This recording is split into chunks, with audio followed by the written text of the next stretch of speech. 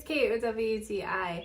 This is my favorite face wash, face soap, whatever you want to call it. It's so much more than just that. This is by Soap and Glory. It is their face soap and clarity vitamin C facial wash. You can see in there, you can get in there, that there's these little beads that are exfoliant. So I got this because obviously because of the size, it's super convenient for travel, and that's what I got it for. I just needed a travel face wash.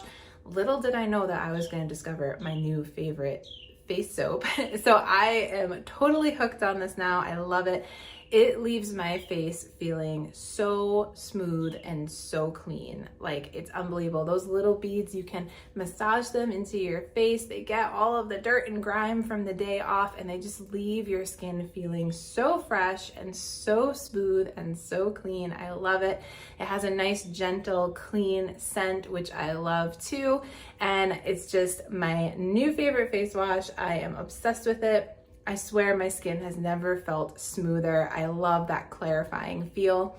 So this face wash by Soap and Glory is my go-to now. Had to get it in a full size when I was done traveling because I'm so obsessed. That's just my point of view.